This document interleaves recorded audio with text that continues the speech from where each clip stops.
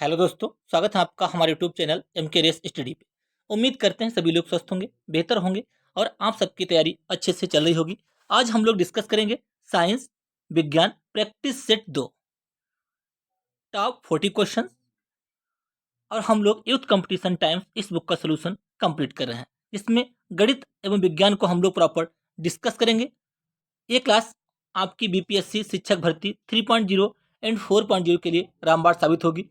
इसके अलावा railway, SSC, LP technician, RRB, NTPC, group D कोई भी आप एग्जाम देंगे जिसमें साइंस पूछी जाएगी तो उसके लिए इंपॉर्टेंट साबित होगी। तो शुरू करें दोस्तों आज की क्लास।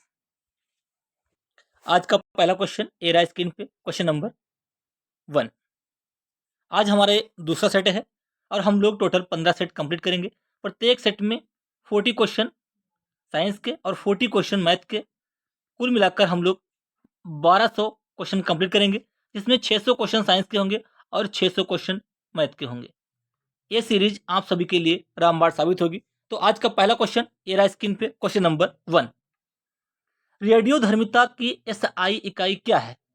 रेडियोधर्मिता की एसआई इकाई क्या है? Curie, faraday, rutherford, becquerel. क्या है? ऑप्शन ए करेक्ट होगा। रेडियोधर्मिता की जो इकाई होती है उसे बेक्यूरेल कहते हैं। ठीक है, नेक्स्ट क्वेश्चन, क्वेश्चन नंबर 42। जब कोई वस्तु बल की दिशा में 1 मीटर की दूरी पर 1 न्यूटन बल के द्वारा चलती है तो किए गए कार्य की मात्रा कितनी होगी? W बराबर एफ इंटू डी होता है। कितना होता है? W बराबर एफ इंटू डी। एफ बराबर 1 न्यूटन, डिस्टेंस बराबर 1 मीटर, तो W बराबर 1 जूल। कितना होगा? W बराबर 1 जूल। W बराबर 1 जूल। ऑप्शन सी करेक्ट रहेगा, 1 जूल। यहाँ पे जूल होगा, 1 जूल।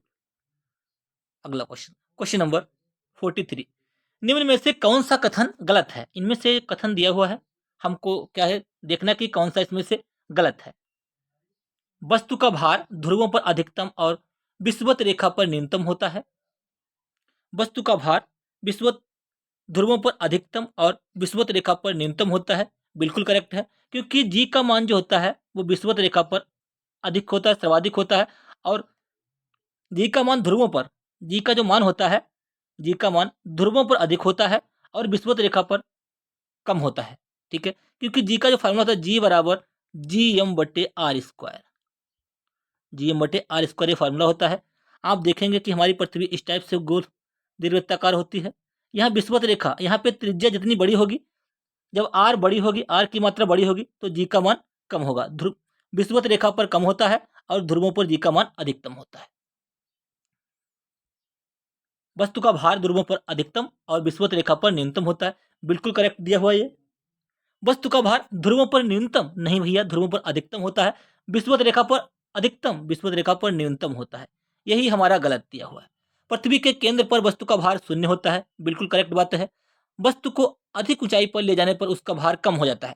जी का मान ऊपर जाने पर भी घटता है और जी का मान पृथ्वी तल से नीचे जाने पर भी घटता है। यानी कि जब आप ऊपर जाएंगे तो भी हमारा भार घटेगा, जब हम नीचे जाएंगे तब भी जी का मान घटता है। तो यहाँ पे हमारा जो करेक्ट आंसर होगा, वस्तु का भार ध्रुवों पर न्यूनतम और विषुवत रेखा पर अधिकतम होता है। ये बात यहाँ पे गलत दी हुई है, क्योंकि ध्रुवों पर अधिकतम होता है, यहाँ पे अधिकतम होगा और विषुवत रेखा पर न्यूनतम होता है। अगला क्वेश्चन, क्वेश्चन नंबर 44। ब्रह्मांड की एंट्रोपी की प्रवृत्ति होती है, जो ब्रह्मांड हमारा है उसकी एंट्रोपी की प्रवृत्ति क्या होती है? न्यूनतम होती है, शून्य होती है, अधिकतम होती है या औसत होती है? क्या होगी एंट्रोपी का मान? न्यूनतम, शून्य, अधिकतम, औसत। कितना होगा? अधिकतम होगा। ब्रह्मांड की एंट्रोपी अधिकतम होती है। ब्रह्मांड की एंट्रोपी हमेशा बढ़ती रहती है। क्या था? ब्रह्मांड की एंट्रोपी हमेशा बढ़ती रहती है, क्योंकि सभी सोर्स की उष्मा वायुमंडल में जाती है, जिससे उसकी उष्मा प्रतिदिन बढ़ती जाती है। ऑप्शन एक सी करेक्ट होगा। ब्रह्मांड की एंट्रोपी की प्रवृत्ति होती है अधिकतम। अगला क्वेश्चन, क्वेश्चन नंबर 45। गति का तीसरा नियम, गति का तीसरा नियम वेग और किसके बीच में संबंध प्रदान करता है? गति का तीसरा नियम क्या होता है? बी स्क्वायर बराबर U square plus 2 AS। B square बराबर यू स्क्वायर प्लस 2 AS वेग और स्थिति के बीच बीच में दिखाता है। 45 हमारा ए करेक्ट होगा, वेग और स्थिति। ऑप्शन ए करेक्ट होगा। गति का प्रथम नियम V बराबर U प्लस AT, गति का द्वितीय नियम से एस बराबर U T plus half A T square. गति के तृतीय नियम से बी स्क्वायर बराबर यू स्क्वायर प्लस 2a। इसमें वेग और स्थिति के बारे में बताता है। ये वेग और समय के बारे में, ये स्थिति और समय के बारे में। उम्मीद करते हैं बात आपको प्रॉपर समझ में आई होगी। तो इसमें हमारा होगा करेक्ट ए। गति का तीसरा नियम स्थिति और वेग के बीच संबंध प्रदान करता है। बल का मात्रक होता है न्यूटन, समय का मात्रक सेकेंड, संवेग हमारा होता है p बराबर एम बी, किग्रा इंटू वेग का मात्रक मीटर प्रति सेकेंड। अगला question number 46। Question number 46। Brake लगाने पर एक कार मुख्य रूप से किस बल के कारण रुक जाता है? जब हम ब्रेक लगाते हैं तो कार किस बल के कारण रुक जाती है? गुरुत्वाकर्षण, केंद्र अभिमुखी, केंद्र प्रसारक या घर्षण? इनमें से कौन सा करेक्ट होगा? किसके कारण रुक जाती है? घर्षण बल के कारण। ब्रेक लगाने पर एक कार मुख्य रूप से घर्षण बल के कारण रुक जाती है। गुरुत्वाकर्षण बल क्या होता है? गुरुत्वाकर्षण बल में क्या होता है? जब पृथ्वी किसी भी वस्तु को अपनी ओर आकर्षित करती है उसे हम गुरुत्वाकर्षण बल कहते हैं। केंद्र अभिमुखी, केंद्र की ओर लगने वाले बल को हम केंद्र विमुखी बल कहते हैं, और केंद्र प्रसारक, बाहर की ओर लगने वाले बल को हम केंद्र प्रसारक बल कहते हैं। अगला क्वेश्चन नंबर 47। Question number 47। विकिरण द्वारा ऊष्मा का स्थानांतरण मुख्य रूप से निर्भर करता है। विकिरण द्वारा ऊष्मा का स्थानांतरण कब होगा? जब दो हमारे वस्तुएं होंगी, एक ज्यादा गर्म हो और एक की कुछ कम गर्म हो या ठंडी हो, तभी ऊष्मा का हमारा जो है स्थानांतरण होगा। इनमें ताप में अंतर होने के कारण ही ऊष्मा जो होती है ट्रांसफर होती है। ठीक है। विकिरण द्वारा ऊष्मा का स्थानांतरण मुख्य रूप से निर्भर रहता है इसके तापमान पर, पिंड की प्रकृति पर, इसकी पृष्ठ के विस्तार एवं प्रकार पर, या उपरोक्त सभी। पिंड इसके तापमान पर, टेम्परेचर पर डिपेंड करेगा कि ऊष्मा ट्रांसफर होगी। पिंड की प्रकृति पे, इसकी पृष्ठ के विस्तार एवं प्रकार पे, इन सभी पे। उपरोक्त सभी ऑप्शन डी करेक्ट होगा। विकिरण द्वारा ऊष्मा का स्थानांतरण मुख्य रूप से निर्भर करता है तापमान, प्रकृति और इसकी पृष्ठ के विस्तार। ऑप्शन डी करेक्ट होगा, उपरोक्त सभी। अगला क्वेश्चन नंबर 48। Question number 48। ध्वनि की तीव्रता मापी जाती है। ध्वनि की तीव्रता किसमें मापी जाती है? हर्ट्ज में। हर्ट्ज में तो फ्रीक्वेंसी भैया, आवृत्ति मापते हैं, फ्रीक्वेंसी। डेसिबल में ध्वनि का मात्रक होता है डेसिबल। रिएक्टर स्केल में क्या होता है? भूकंप की हम तीव्रता मापते हैं, भूकंप की तीव्रता मापते हैं। ठीक है, तो इसमें क्या होगा? ध्वनि की तीव्रता मापी जाती है डेसिबल में। ऑप्शन हमारा सी करेक्ट होगा। Question number 49। किसी पदार्थ का अपवर्तनांक हवा में प्रकाश की चाल से किस प्रकार संबंधित होता है? अपवर्तनांक जो होता है हवा में प्रकाश की चाल से किस प्रकार, ये देखिए, अपवर्तनांक जो होता है प्रकाश का वेग, किसी वस्तु का वेग। इनमें से कौन सा करेक्ट होगा? 49। अपवर्तनांक बराबर हवा में प्रकाश की चाल बटे पदार्थ में प्रकाश की चाल। ऑप्शन डी करेक्ट होगा, ये वाला करेक्ट होगा। अपवर्तनांक बराबर प्रकाश की का वेग बटे किसी पदार्थ का वेग, एन बराबर सी बटा वी, ये आपको ध्यान रखना है। अगला क्वेश्चन। अपवर्तनांक का कोई मात्रक नहीं होता। तारे रात को आसमान में क्यों टिमटिमाते हैं? तारे जो है रात को आसमान में क्यों टिमटिमाते हैं? 49 में हमारा जो करेक्ट होगा वो ऑप्शन डी करेक्ट होगा। किसी पदार्थ का अपवर्तनांक हवा में प्रकाश की चाल किस प्रकार संबंधित है? ऑप्शन डी, प्रकाश का वेग बटे पदार्थ का वेग, पदार्थ की चाल। तारे रात को आसमान में क्यों टिमटिमाते हैं? उन्नत प्रकाश, एडवांस लाइट के कारण, नक्षत्र प्रकाश के वायुमंडलीय अपवर्तन के कारण, प्रकाश के प्रसरण के कारण, गर्म वायु के कारण। किसके कारण? गर्म वायु के कारण नहीं भैया। क्या होता? नक्षत्र प्रकाश के वायुमंडलीय अपवर्तन के कारण तारे रात को आसमान में टिमटिमाते हैं, अपवर्तन के कारण। ठीक है, अपवर्तन के कारण क्या होता है? हमें क्या होता है, जो पानी के अंदर छड़ी हो, कोई मतलब छड़ी पड़ी है तो हमें तिरछी दिखाई देती है, और सिक्का जो होता है पानी के अंदर हमें थोड़ा ऊपर उठा हुआ दिखाई देता है। ये सब किसके कारण है? ये अपवर्तन के कारण ही होता है। नेक्स्ट, एक मिश्र धातु किसका उदाहरण है? एक मिश्र जो धातु होती है किसका उदाहरण? एक उदाहरण है कोलाइड विलयन, ठोस विलयन, विविध मिश्रण या पायस। एक मिश्र धातु किसका उदाहरण है? ये ठोस विलयन का उदाहरण है मिश्र धातु। ठीक है, दूध हमारा पायस होता है, इमल्सन। नेक्स्ट क्वेश्चन नंबर 51 का ऑप्शन सी करेक्ट करेक्ट होगा। ठोस विलयन, निम्नलिखित में से कौन सा तत्व उपधातु है? Bismuth, antimony, selenium, iron. इनमें से कौन सा जो तत्व है वो हमारा उपधातु है? कौन सा तत्व जो है वो उपधातु है? एंटीमनी। एंटीमनी तत्व होता है वो उपधातु है। उपधातु वो तत्व होते हैं जिनमें धातु और अधातु दोनों के गुण पाए जाते हैं। उपधातु क्या होता है? उपधातु क्या होता है? इसमें धातु और अधातु दोनों के गुण पाए जाते हैं, उसे हम कहते हैं उपधातु। ठीक है।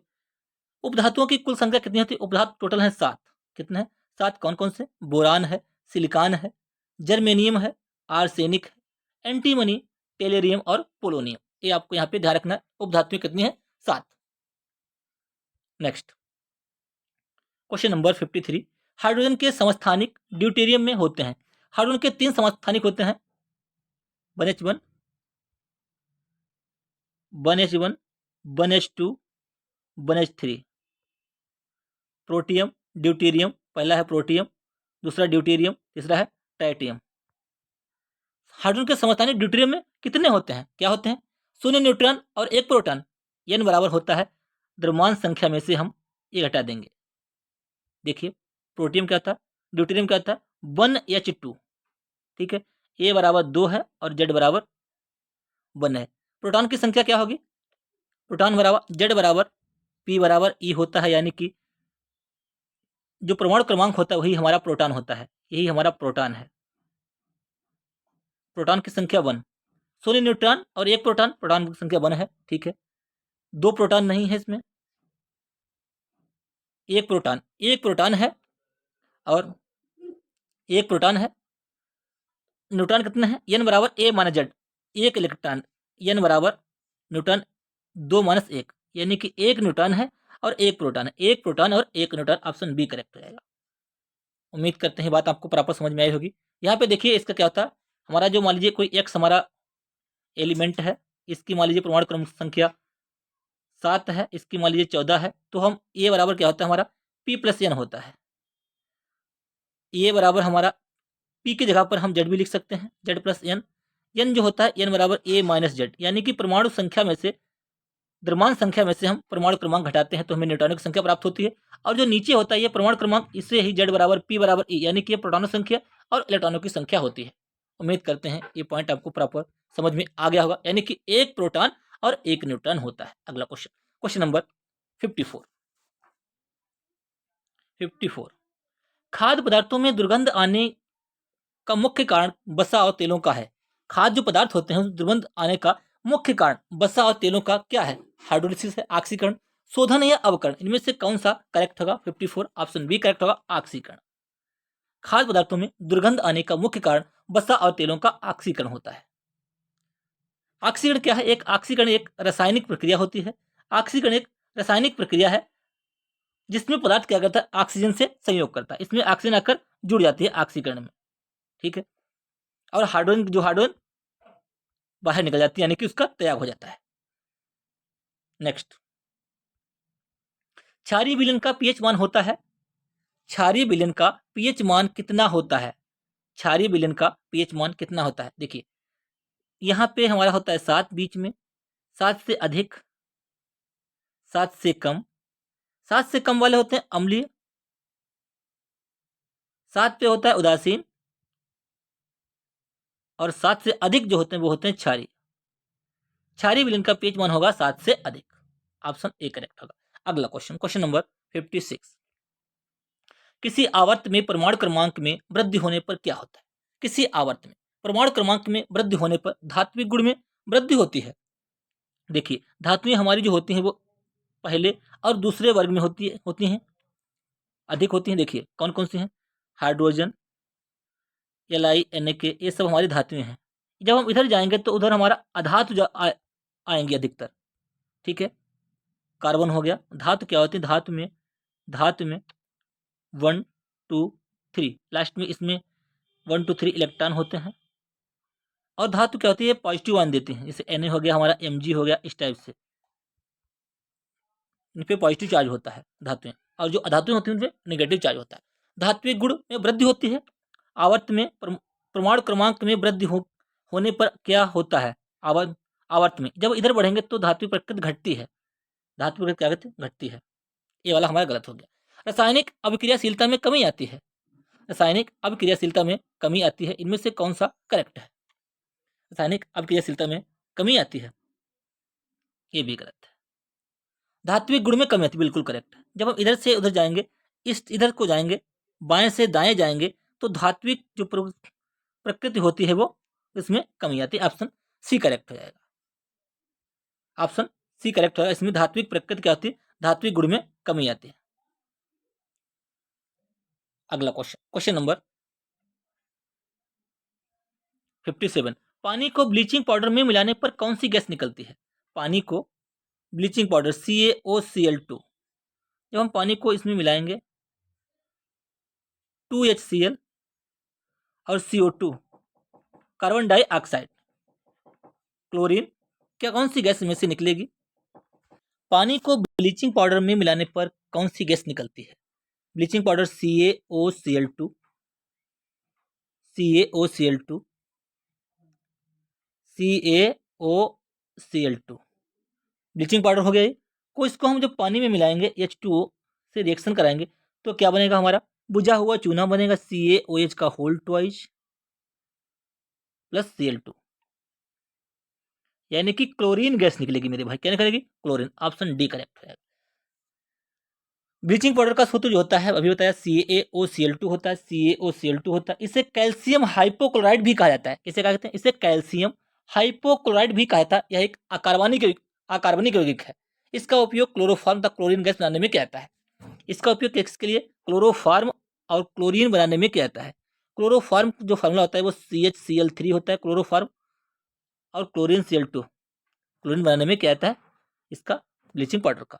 जब हम इसकी जल से रिएक्शन करवाएंगे तो क्या बनेगा? हमारा यहाँ पे क्लोरीन गैस निकलेगी और बुझा हुआ चूना, कैल्शियम हाइड्रोक्साइड प्राप्त होगा, OH का होल ट्वाइस। अगला question, question number, option D correct होगा इसका। Question number 58। Baking soda, baking soda के विनिर्माण के लिए किन यौगिकों की आवश्यकता होती है? बेकिंग सोडा के विनिर्माण के लिए किन यौगिकों की आवश्यकता होती है?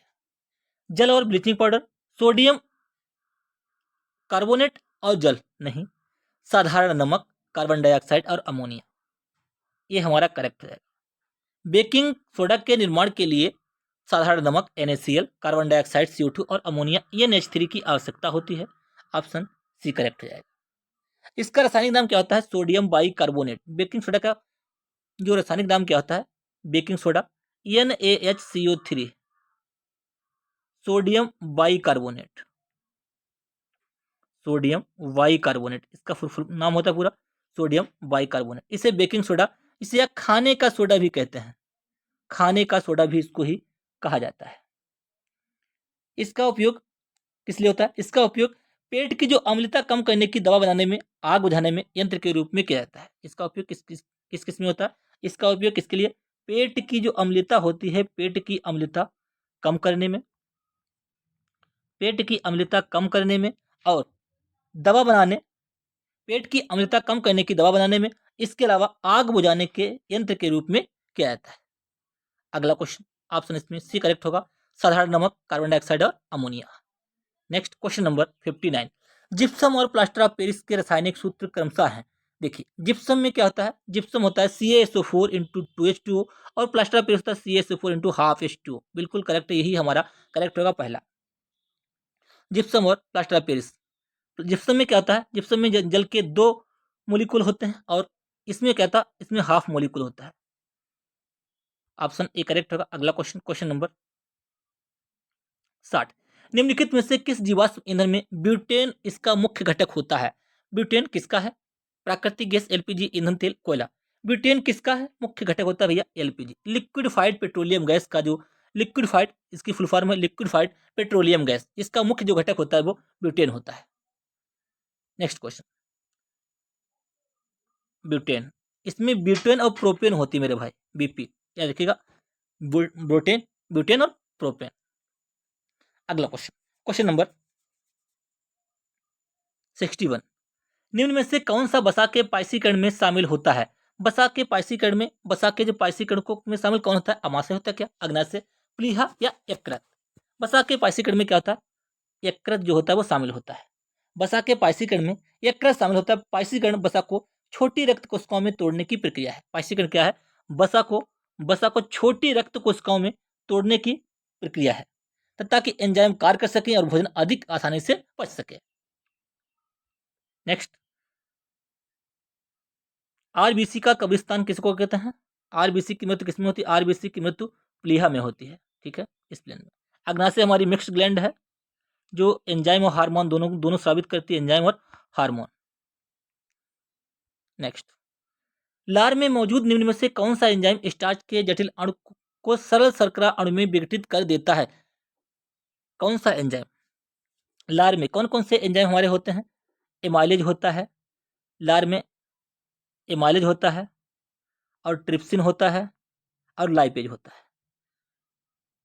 लाइपेज हमारा वसा का पाचन करता है, ट्रिप्सिन हमारा प्रोटीन को पाचन करता है, और एमाइलेज करता है शर्करा का। लार एमाइलेज शर्करा का स्टार्च। स्टार्च क्या है? एक शर्करा टाइप की होती है। लार में मौजूद निम्न में से कौन सा एंजाइम स्टार्च के जटिल अणु को सरल शर्करा अणु में विघटित कर देता है? वही है लार एमाइलेज। लार में 3 एंजाइम होते हैं, लाइपेज और एमाइलेज और ट्रिप्सिन। ट्रिप्सिन इसमें ना रहा तो प्रोटीन का, इमाइलेज ये हमारा है शर्करा का, और लाइपेज वसा का पाचन करता है। यहाँ पे इतने पॉइंट आपको ध्यान रखना। अगला question, question number 63। Question number 63, मानव के आमाशय स्टोमच में कौन सा अम्ल उत्पन्न होता है? मानव के पेट यानी कि स्टोमच में कौन सा HCl होता है? मेरे भाई क्या होता है? HCl।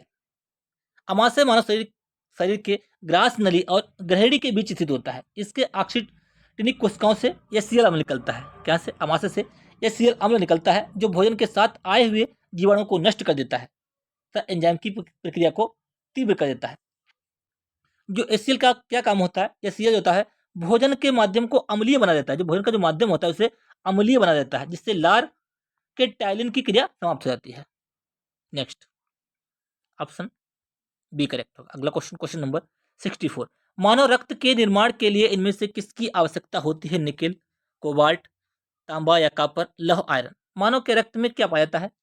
सबको पता होगा, आयरन, लौह, Fe। मानव रक्त के निर्माण के लिए आयरन तत्व की आवश्यकता होती है। रक्त में प्लाज्मा और रक्त कणिकाएं, रक्त में क्या होता है? रक्त में रक्त में रक्त में प्लाज्मा रक्त में प्लाज्मा और रक्त कणिकाएं होती हैं। प्लाज्मा जो क्या होता है? हल्के पीले रंग का द्रव है। प्लाज्मा कैसा है? ये हल्के पीले रंग का द्रव होता है, जिसमें लगभग 90 से 92% जल पाया जाता है, और 8% प्रोटीन, लवण तथा अन्य दूसरे पदार्थ होते हैं। ठीक है, इसके अलावा जैसे आरबीसी, डब्ल्यूबीसी और प्लेटलेट्स। मानव रक्त के निर्माण के लिए इनमें से किसकी आवश्यकता होती है? आयरन की। ऑप्शन हमारा सी करेक्ट हो जाएगा। रक्त एक कैसा ऊतक है? रक्त है लिक्विड कनेक्टिंग टिश्यू, तरल संयोजी ऊतक है हमारा रक्त। और लिम्फ, रक्त और लिम्फ हमारे कैसे हैं? ये तरल संयोजी ऊतक है। अगला क्वेश्चन, क्वेश्चन नंबर 65, एक वयस्क मानव हृदय का औसत वजन लगभग कितना होता है? एक जो जवान मानव होता है उसके हार्ट का वजन एवरेज कितना होता है? 240 ग्राम, 300 ग्राम, 255 ग्राम या 390 ग्राम? कितना होता है? ऑप्शन बी करेक्ट होगा, 300 ग्राम वजन होता है इसका। एक वयस्क मानव हृदय का औसत वजन लगभग 300 ग्राम होता है। कितना होता है? लगभग 300, 250 से 300 ग्राम होता है। मानव का जो हार्ट होता है वो 1 मिनट में 72 बार धड़कता है। कितने में? 1 मिनट में 72 बार धड़कता है। अगला question, question number 66, A B और ओ खून ग्रुप प्रणाली का आविष्कार किसने किया था? A B O blood group की खोज किसने की थी? कार्ल कोलर, नहीं, Edward Jenner, Karl Landsteiner ने। किसने की थी? ब्लड ग्रुप की खोज किसने की थी? कार्ल लैंड स्टीनर ने की थी। एडवर्ड जेनर ने क्या किया था? चेचक के टीके की खोज की थी। उन्होंने किसकी की थी? चेचक के टीके की खोज की थी एडवर्ड जेनर ने। कार्ल लैंड स्टीनर ने ब्लड ग्रुप की खोज की थी। ब्लड ग्रुप का आविष्कार किसने किया था? Karl Landsteiner. Option C correct होगा। अगला क्वेश्चन, क्वेश्चन नंबर 67, निम्नलिखित में से कौन सा यौगिक गुर्दे की पथरी का निर्माण करने वाला सर्वाधिक मान्य यौगिक है? गुर्दे की पथरी का निर्माण कैल्शियम ऑक्जेलेट किसका होता है? कैल्शियम ऑक्जेलेट, जो गुर्दे की पथरी जो बनती है गुर्दे में, वो किसके द्वारा बनती है? कैल्शियम ऑक्जेलेट के द्वारा बनती है मेरे भाई। ऑप्शन ए करेक्ट होगा, 67 ऑप्शन ए। अगला क्वेश्चन, क्वेश्चन नंबर 68। उम्मीद करते हैं क्लास आपको पसंद आ रही होगी। क्लास को लाइक कीजिए, शेयर कीजिए। यदि आप चैनल पे पहली बार है तो बेल आइकन दबा लीजिए, जिससे कि मैं जो वीडियो अपलोड करूँ आपको प्रॉपर नोटिफिकेशन मिलता रहे। और मेरे दोस्त, मैं जो एक सीरीज कंप्लीट करूंगा इसमें से आप देखिएगा आप सभी को बहुत सारा इसमें फायदा होगा, क्योंकि मैं इस थ्योरी के साथ, क्वेश्चन के साथ साथ कुछ इंपॉर्टेंट पॉइंट भी आपको बताता हूँ। और एक जो क्वेश्चन होंगे, लगभग हम लोग टोटल 600 क्वेश्चन साइंस के कंप्लीट करेंगे। क्लास को लाइक कीजिए, शेयर कीजिए। इधर चैनल पे पहली बार है तो बेल आइकन दबा लीजिए और हमें सपोर्ट करते रहिए। क्वेश्चन नंबर 68, दो न्यूरॉन्स के बीच का स्थान होता है। एक क्वेश्चन बीपीएससी T1 में पूछा गया था, 2 में पूछा गया था। दो न्यूरॉन्स के बीच का स्थान किसे कहते हैं? उसे सिनेप्स कहते हैं। क्या कहते हैं? उसे सिनेप्स कहते हैं। 68 का हमारा बी करेक्ट हो जाएगा। अगला क्वेश्चन, क्वेश्चन नंबर 69, मानव शरीर की सबसे छोटी मांसपेशी कौन सी है? जो मानव शरीर है उसकी सबसे छोटी मांसपेशी क्या होती है? स्टेपीडियस होती है। स्टेपीडियस, ऑप्शन बी करेक्ट हो जाएगा। अगला क्वेश्चन, क्वेश्चन नंबर 70, इनमें से किस भोजन को बॉडी बिल्डिंग भोजन कहा जाता है? बॉडी बिल्डिंग भोजन कौन होते हैं? वो वसा से होते हैं, विटामिन होते हैं, कार्बोहाइड्रेट होते हैं, या प्रोटीन होते हैं? बॉडी बिल्डिंग जो हमारे सप्लीमेंट होते हैं, जो जिम वगैरह करते हैं, वो प्रोटीन का यूज करते हैं। प्रोटीन से भरपूर भोजन जैसे कि मटर। अगला क्वेश्चन, क्वेश्चन नंबर 71, निम्नलिखित में से कौन सा शरीर में ग्लाइकोजन के रूप में संग्रहित होता है? Carbohydrate, protein, lipid, vitamin. Glycogen के रूप में कौन शरीर में संग्रहित होता है भैया? कार्बोहाइड्रेट्स जो होता है वो संग्रहित होता है। कार्बोहाइड्रेट्स शरीर में ग्लाइकोजन के रूप में इकट्ठा होता है। यह जल में क्या था? यह जल में अघुलनशील होता है। कार्बोहाइड्रेट जल में अघुलनशील होता है। यह स्वाद में मीठा होता है। कैसा होता है? यह स्वाद में मीठा होता है तथा सजीवों की कोशिकाओं के लिए ऊर्जा का मुख्य स्रोत है। ऊर्जा का जो कार्बोहाइड्रेट जो है वो ऊर्जा का मुख्य स्रोत है। सबसे अधिक ऊर्जा हमें किससे प्राप्त होती है? सबसे अधिक ऊर्जा हमें वसा से प्राप्त होती है। ये भी पॉइंट आपको यहाँ पे ध्यान रखना है। अगला क्वेश्चन, क्वेश्चन नंबर 72, दांत रिंगवर्म किस प्रकार की बीमारी है? जीवाणु, कवकीय, विषाणु, प्रियन। ये भैया कब की बीमारी है। दाद, खाज, खुजली, ये कैसी कवक से होने वाली बीमारी होती है। कैसे? कवक से होने वाली बीमारी होती है। जीवाणु से कौन कौन सी जीवाणु से बीमारी होती है? इसका ऑप्शन बी करेक्ट होगा। जीवाणु से होता है मेरे भाई टाइफाइड, टाइफाइड जीवाणु से होने वाला बीमारी है। तपेदिक जीवाणु से होती है। प्लेग जीवाणु से होता है। और हैजर्ड जीवाणु से होता है। डिप्थीरिया जीवाणु से होता है। टेटनेस होता है। निमोनिया होता है। काली खांसी होता है। ये किससे होते हैं? ये जीवाणु से होने वाले रोग होते हैं। ठीक है। कवक से कौन कौन से होते हैं? दाद, खाज, खुजली, गंजापन, एथलीट फुट, दमा, ये सब कैसे हैं? ये कवक से होने वाले रोग हैं। विषाणु से कौन कौन से होते हैं? डेंगू हो गया, डेंगू, खसरा, चेचक, polio, swine flu, corona, AIDS. ये क्या होते हैं? ये वायरस से होने वाली बीमारी होती है। ऑप्शन हमारा बी करेक्ट होगा। दाद किस प्रकार की बीमारी है? ये कब की बीमारी? ऑप्शन बी, दाद, खाज, खुजली, दमा, एथलीट फुट। अगला क्वेश्चन, एपिग्राफी का क्या अभिप्राय है? एपिग्राफी क्या होती है? क्या ये कंकालों का अध्ययन होता है? एपिग्राफी में दोस्त होता है शिलालेखों का अध्ययन। क्या होता है? एपिग्राफी उसे कहते हैं। एपिग्राफी क्या उसे कहते हैं? सिक्कों का अध्ययन क्या होता है? सिक्कों के अध्ययन को भैया न्यूमिस्मेटिक्स कहते हैं। क्या कहते हैं? न्यूमिस्मेटिक्स किसे कहते हैं? सिक्कों का अध्ययन कहते हैं। मानचित्रों का जो अध्ययन होता है इसे क्या कहते हैं? मानचित्रों के अध्ययन को कार्टोग्राफी कहते हैं। क्या कहते हैं? कार्टोग्राफी जो होता है वो मानचित्र का अध्ययन होता है। कंकालों का अध्ययन होता है अस्टियोलॉजी। कंकालों का अध्ययन होता है मेरे दोस्त अस्टियोलॉजी। अगला क्वेश्चन, एपिग्राफी शिलालेखों का अध्ययन, सिक्कों का अध्ययन न्यूमिस्मेटिक्स। मानचित्रों का अध्ययन क्या होता है? मानचित्रों का कार्टोग्राफी। मानचित्रों का होता है कार्टोग्राफी। कंकालों का ऑस्टियोलॉजी। इसमें हमारा करेक्ट होगा बी। अगला क्वेश्चन, क्वेश्चन नंबर 74, फलों में मीठेपन के लिए कौन सी शर्करा उत्तरदायी होती है? फलों में क्या होता है? सुक्रोज होता है। लैक्टोज तो दूध में होता है, दूध लैक्टोज। माल्टोज होता है क्या? फ्रक्टोज। फलों में मीठेपन के लिए कौन सी शर्करा उत्तरदायी होती है? ऑप्शन ए करेक्ट होगा मेरे दोस्त, फ्रक्टोज। फ्रक्टोज या फ्रूट शुगर एक साधारण चीनी है। क्या है? एक साधारण चीनी है जो स्वाभाविक रूप से फल, शहद और गन्ने में होती है। किसमें? फ्रक्टोज किसमें होता है? फल, शहद और गन्ने में होती है, जो इनके मीठेपन के लिए उत्तरदायी होती है। माल्टोज क्या होता है? माल्टोज हमारा माल्ट द्रव्यों अनाज, चावल आदि में, सुक्रोज गन्ने में चीनी तथा लैक्टो दूध में। सुक्रोज गन्ने में, लैक्टोज दूध में पाया जाता है। ठीक है, यहाँ से आपको इसमें करेक्ट होगा फलों के मीठेपन के लिए कौन सी शर्करा उत्तरदायी होती है, तो ऑप्शन ए आप लगाएंगे फ्रक्टोज। अगला क्वेश्चन, क्वेश्चन नंबर 75, निम्नलिखित में से किस वर्ग में तापमान कुछ प्रजातियों में लिंग का निर्धारण करता है? किसमें? स्तनधारी, पक्षी, उभयचर, सरीसृप। किसमें तापमान कुछ प्रजातियों में लिंग का निर्धारण करता है? ऑप्शन डी करेक्ट होगा, सरीसृप में। ऑप्शन डी, सरीसृप वर्ग में जीवधारियों के लिंग धारण की प्रक्रिया कई कारकों द्वारा होती है, जिनमें कुछ में या तापमान के द्वारा होती है। सरीसृप वर्ग के प्राणी रेप्टाइल्स वर्ग में आते हैं। किसमें आते हैं? रेप्टाइल्स। इनको हम रेप्टाइल्स भी कहते हैं, जैसे सांप हो गया हमारा, मगरमच्छी हो गया, मगरमच्छ हो गया, छिपकली हो गया, ये सरीसृप ये रेंगने वाले होते हैं कीड़े। ठीक है, रेंगने वाले सांप, सांप, मगरमच्छ और छिपकली, सांप, मगरमच्छ और छिपकली सरीसृप यानी कि रेप्टाइल में ये आते हैं। अगला क्वेश्चन, पौधों को 5 समूहों में बांटा जाता है, इनमें से कौन सा एक नहीं है? प्रोटोकार्डेटा, ब्रायोफाइटा होता है, जिम्नोस्पर्म होता है, टेडोफाइटा होता है, एंजियोस्पर्म होता है। ये हमारा प्रोटोकार्डेटा नहीं होता है। क्या नहीं? प्रोटोकार्डेटा नहीं होता है। प्लांट टैक्सोनॉमी के अंतर्गत पौधों को 5 समूहों में बांटा गया है। वो कौन कौन से होते हैं?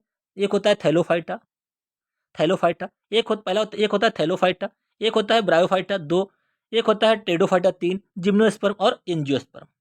जिम्नोस्पर्म नग्न बीज होते हैं और एंजियोस्पर्म आवर्त बीज होते हैं, यानी कि ढके हुए होते हैं। उम्मीद करते हैं ये सारी बात आपको प्रॉपर समझ में आ रही होगी। जबकि प्रोटोकार्डेटा क्या होता है? ये जंतु जगत का प्राणी होता है। प्रोटोकार्डेटा क्या होता है? ये जंतु जगत का प्राणी होता है। अगला क्वेश्चन, क्वेश्चन नंबर 77, महासागरों में मौजूद शैवालों की विशाल मात्रा किसका अंतर्निहित स्रोत उत्पन्न कर सकती है? महासागर में जो मौजूद शैवाल होते हैं उनकी विशाल मात्रा किसका अंतहीन सोर्स उत्पन्न कर सकती है? मीथेन, महासागर तापीय ऊर्जा, सागर लहर ऊर्जा या नाभिकीय ऊर्जा। इनमें से कौन सा करेक्ट होगा भैया? मीथेन का। ऑप्शन ए करेक्ट होगा। 77 ऑप्शन ए। शैवाल थैलोफाइट होते हैं। महानगरों में इनकी विशाल मात्रा पाई जाती है। जो शैवाल क्या होते हैं, महानगर में इनकी, महासागरों में इनकी क्या होती है? विशाल मात्रा पाई जाती है। महासागरों में इनकी विशाल मात्रा पाई जाती है, जिसका प्रयोग खाने में भी किया जाता है। वैज्ञानिकों ने महासागरों में इसकी विशाल मात्रा से मीथेन के अंतहीन स्रोत होने की आशंका व्यक्त की है। अगला क्वेश्चन, क्वेश्चन नंबर 78, निम्नलिखित में से कौन से पौधे एकलिंगी पुष्प उत्पन्न करते हैं? एकलिंगी, पपीता होता है मेरे दोस्त, सरसों तो द्विलिंगी होता है, गुड़हल और पपीता। कौन सा? गुड़हल और पपीता। ये होता क्या? नहीं भाई मेरे भाई, गुड़हल नहीं होता, पपीता तो होता है। गुड़हल नहीं होता है, पपीता हमारा एकलिंगी होता है, गुड़हल नहीं होता है, सरसों इसमें नहीं होता है। तो क्या बचा? तरबूज और पपीता क्या होता है मेरे दोस्त? ये एकलिंगी पुष्प होता है। ऑप्शन सी करेक्ट होगा। तरबूज और पपीता में एकलिंगी पुष्प होता है। एकलिंगी पुष्प के अन्य उदाहरण है सरसों और सूरजमुखी। सरसों और क्या है? सरसों और सूरजमुखी क्या है? एकलिंगी होते हैं।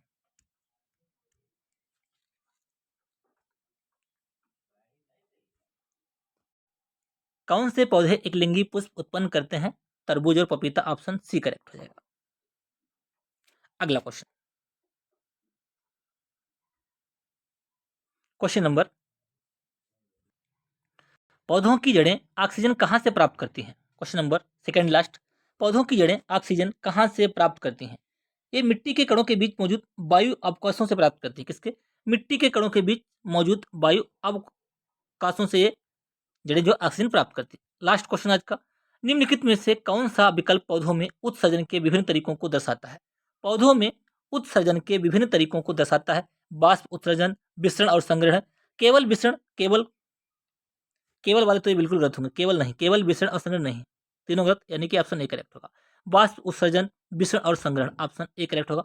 निम्नलिखित में से कौन सा विकल्प पौधों में उत्सर्जन के विभिन्न तरीकों को दर्शाता है? बाष्प उत्सर्जन, विसरण और संग्रहण। उम्मीद करते क्लास आपको पसंद आई होगी। क्लास को लाइक कीजिए, शेयर कीजिए। यदि आप चैनल पे पहली बार हैं तो बेल आइकन दबा लीजिए, जिससे कि मैं जब वीडियो अपलोड करूँ आपको प्रॉपर नोटिफिकेशन मिलता रहे। और मेरे दोस्त, मैं आपको यहाँ पे बता देता हूँ दोबारा से कि हम लोग टोटल इसमें 15 सेट कंप्लीट करेंगे। साइंस के 15 इंटू 15 इंटू 40 यानी कि 600 क्वेश्चन हम लोग कंप्लीट करेंगे। इसके अलावा कुछ हम थ्योरी भी डिस्कस करेंगे। तो कुल मिला के इसमें अच्छे खासे आपके क्वेश्चन हो जाएंगे और सारे क्वेश्चन इंपॉर्टेंट हैं, आने की संभावना प्रबल है। तो क्लास को लाइक कीजिए, शेयर कीजिए और हमें सपोर्ट करते रहिए। धन्यवाद।